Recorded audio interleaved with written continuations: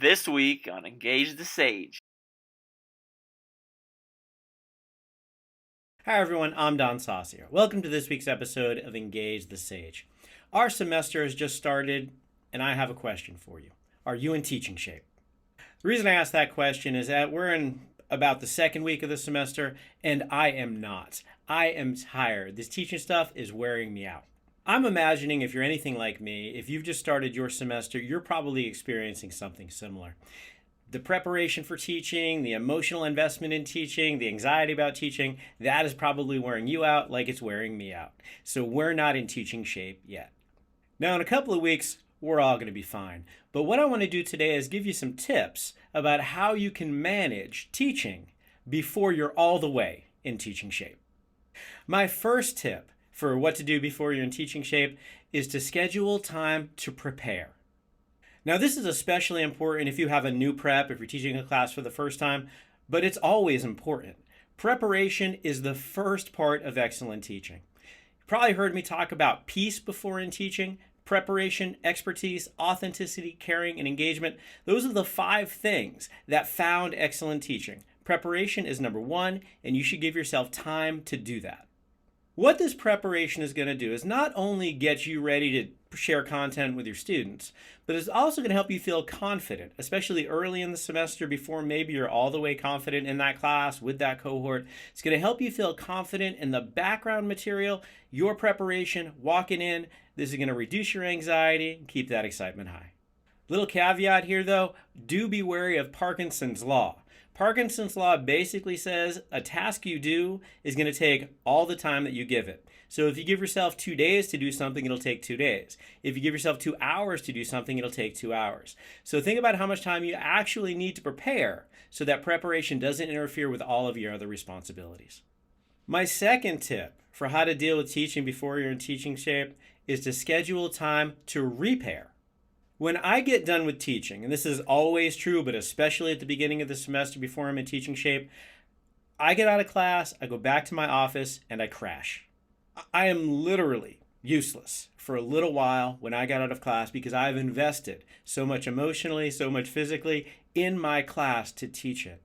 So I know, especially early in the semester before I'm in teaching shape, not to schedule anything that needs a lot of my attention right after my classes. I give myself that time to recover from my teaching before I'm in teaching shape.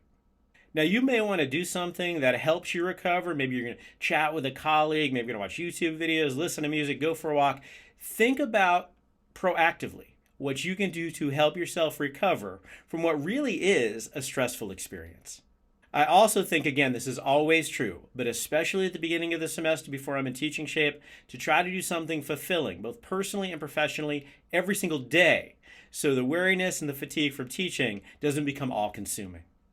My third tip for how to manage teaching before you're in teaching shape is to be proactive in considering things that might go wrong. There are going to be crises, there are going to be challenges, there are going to be responsibilities that are put upon you this semester that you did not anticipate. And I find early in the semester before I'm in teaching shape, these might be a little bit more intrusive than they might be later in the semester when I have my legs under me. So one of the things that I try to do is I try to look at each of my weeks and think about what's going to come at me, what is likely going to show up in my inbox, who's going to show up in my door with a challenge, a question, something like that, and try to schedule time to deal with that, but also get myself emotionally ready for those challenges before they occur. I'm also aware, and I try to remind myself, I cannot anticipate all of those challenges. Some of those are going to be surprising and spontaneous. And what happens is I give myself some grace and understanding that I'm going to have to take some time I wasn't expecting to in dealing with those challenges. I also remind myself that everything tends to resolve at some point. So while early in the semester when everything is hitting me hard, these might seem overwhelming, I let myself know in a couple of weeks, this is going to be fine.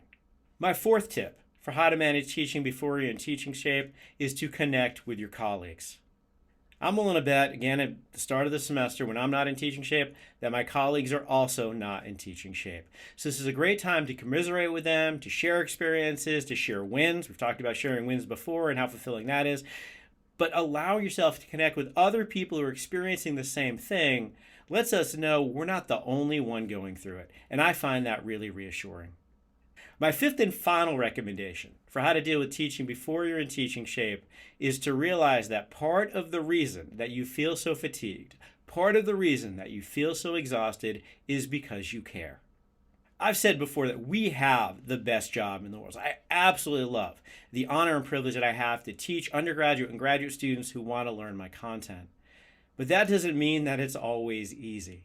So understanding that part of the reason that I go through so much emotional investment and emotional fatigue is because it really matters to me and I really value that experience.